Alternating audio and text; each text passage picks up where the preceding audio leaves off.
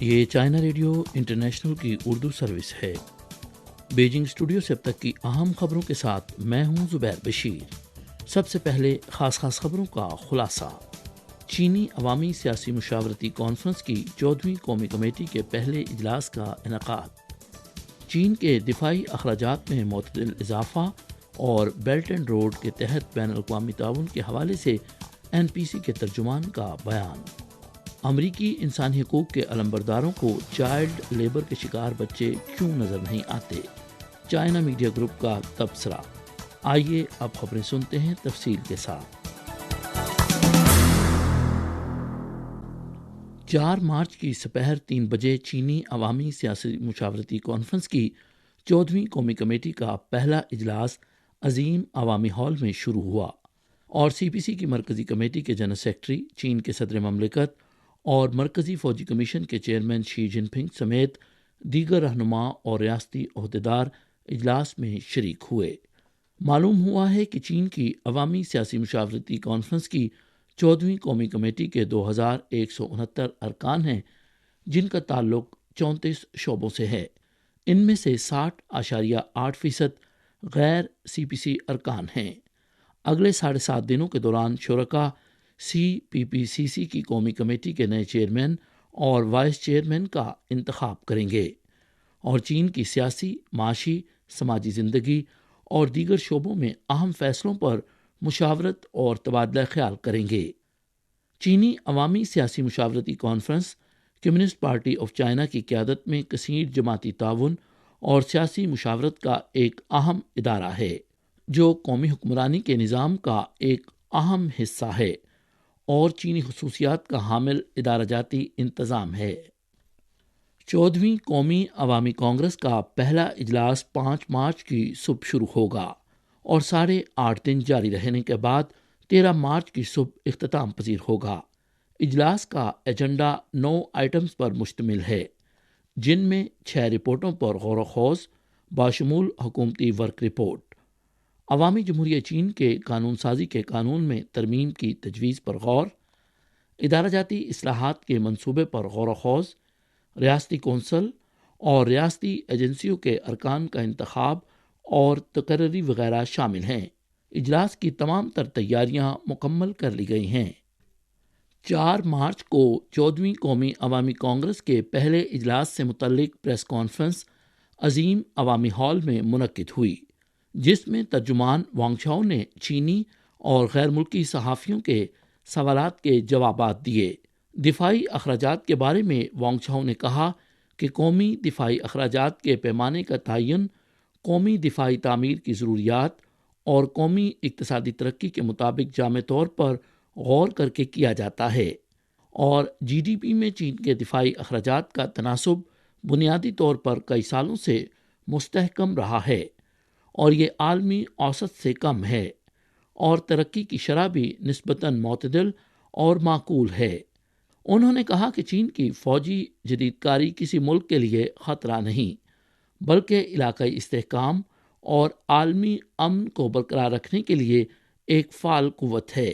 Belt and road کے حوالے سے وانگ چاؤ نے کہا کہ بیلٹ اینڈ روڈ انیشیٹو پیش کیے جانے کے بعد گزشتہ 10 سالوں میں دوستوں کا دائرہ وسیع ہو رہا ہے۔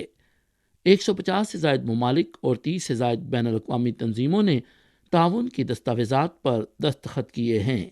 بیلٹ اینڈ روڈ کے حوالے سے عملی تعاون گہرا اور وسیع ہوتا جا رہا ہے، معیشت کی ترقی، روزگار میں اضافہ اور تمام ممالک میں لوگوں کے معاش کو بہتر بنانے میں مثبت کردار ادا کر رہا ہے۔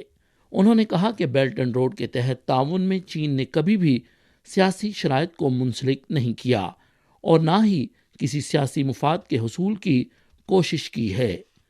چین بیلٹ اینڈ روڈ انیشیٹو میں اپنے شراکت داروں کے ساتھ مل کر کام کرنے کا خواہاں ہے تاکہ مزید نئی ترقی کے حصول کے لیے بیلٹ اینڈ روڈ کی اعلیٰ معیاری تعمیر کو فروغ دیا جا سکے۔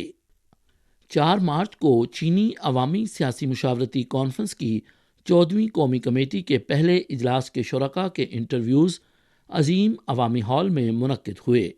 اس موقع پر چینی عوامی سیاسی مشاورتی کانفرنس کی قومی کمیٹی کے رکن اور جیلی ہولڈنگ گروپ کے چیئرمین لی شوفو نے متعارف کرایا کہ چین دنیا کا سب سے بڑا نئی توانائی کی گاڑیاں پیدا کرنے والا اور سب سے بڑا صارف ملک ہونے کے ساتھ ساتھ دنیا کا سب سے بڑا برآمد کنندہ ملک بھی ہے۔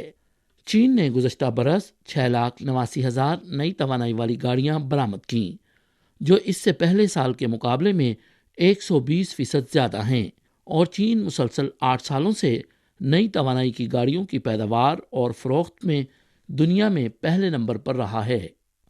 چند روز قبل چائنا میڈیا گروپ نے بیلاروس کے صدر الیگزینڈر گریگورچ لوکاشینکو کا انٹرویو پیش کیا۔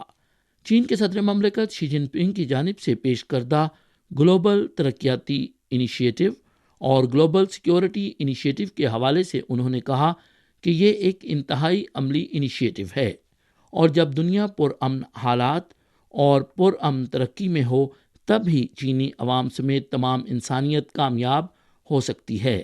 عظیم چین اور اس کے رہنماؤں نے عالمی امن کا خیال پیش کیا، جو عالمی امن اور ترقی میں ایک بہت بڑی کامیابی ہے، جو یورپ، یوکرین، بیلاروس اور امریکہ کے لیے فائدہ مند ہے۔ امن ترقی لاتا ہے اور جنگ تباہی کو جنم دیتی ہے۔ صدر شی جن پنگ نے ہمارے موجودہ عالمی نمونے اور ترقی کی نبض کو بہت درست طریقے سے سمجھا ہے۔ ہمیں یہ دیکھ کر خوشی ہے کہ چین سب سے طویل تاریخ والی تہذیب اور عالمی ترقی کے عمل کی قیادت کر رہا ہے۔ شاید آپ کے خیال میں گزشتہ صدی کے آغاز میں چائلڈ لیبر کے واقعات تقریباً ختم ہو گئے تھے، لیکن امریکہ میں چائلڈ لیبر پر ہونے والی حالیہ تحقیقات یہ ظاہر کرتی ہیں کہ اس وقت وہاں ہزاروں یا شاید اس سے بھی زیادہ بچے اس صورتحال کا شکار ہیں۔ امریکی محکمہ محنت کے اعداد و شمار کے مطابق مالی سال 2022 میں امریکہ بھر میں 835 کمپنیوں نے غیر قانونی طور پر 3,800 سے زائد بچوں کو بطور مزدور ملازمت دی، جو کہ گزشتہ برس کے مقابلے میں 1,000 سے زائد ہے۔ امریکی غیر منافع بخش تنظیم form workers employment project federation کے فراہم کردہ اعداد و شمار کے مطابق امریکہ میں اب بھی 5 لاکھ سے 8 لاکھ بچے بطور مزدور فارموں پر کام کر رہے ہیں۔ غلاموں کی تجارت اور نسلی امتیاز کی طرح امریکہ میں چائلڈ لیبر کا مسئلہ بھی ایک طویل تاریخ رکھتا ہے۔ تقریباً 100 برس قبل امریکی کانوں، تمباکو کے فارموں اور ٹیکسٹائل کے کارخانوں نے بچوں کو بطور مزدور ملازمت دینا شروع کی۔ آج تک یہ مسئلہ حل طلب ہی ہے۔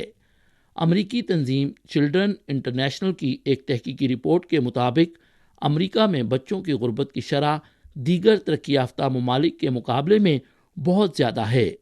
تقریباً 40% امریکی بچے 18 سال کی عمر سے پہلے کم از کم 1 سال تک غربت میں رہتے ہیں۔ امریکی میڈیا نے نشاندہی کی کہ بچوں کی غربت کا مسئلہ امریکہ کے لیے قومی بے عزتی ہے، تاہم امریکی حکومت نے اس بدنامی پر آنکھیں بند کر رکھی ہیں۔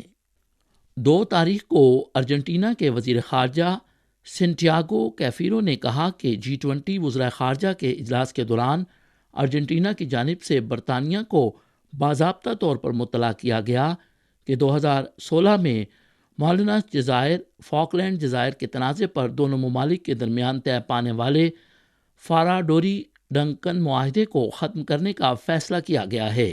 انہوں نے برطانیہ کو یہ تجویز بھی پیش کی کہ اقوام متحدہ کی جنرل اسمبلی کی قرارداد 2065 کے مطابق فاک لینڈز پر خود مختاری کے حوالے سے بات چیت دوبارہ شروع کی جانی چاہیے۔ حالیہ برسوں میں ارجنٹینا نے فاک لینڈز پر خود مختاری کے تنازع کو حل کرنے کے لیے سخت کوشش کی اور برطانیہ سے بارہا مطالبہ کیا کہ وہ اقوام متحدہ کی متعلقہ قراردادوں پر عمل کرتے ہوئے مذاکرات کی میز پر واپس آئے، لیکن برطانیہ نے ہمیشہ انکار کیا۔ فاک لینڈز کا مسئلہ دراصل استعمار کا چھوڑا ہوا تاریخی مسئلہ ہے۔ اقوام متحدہ کی انسانی حقوق کونسل، امریکی ریاستوں کی تنظیم اور چین سمیت بہت سے ترقی پذیر ممالک نے بار بار ارجنٹینا کی فاک لینڈز پر خود مختاری کی بحالی کے لیے اپنی پختہ حمایت کا اظہار کیا ہے۔ یہ تھیں چائنا ریڈیو انٹرنیشنل کی اردو سروس سے اب تک کی اہم خبریں۔ زبیر بشیر کو اجازت دیجیے۔ مزید خبروں کے لیے دیکھیے ہماری ویب سائٹ، پتہ ہے urdu.cri.cn۔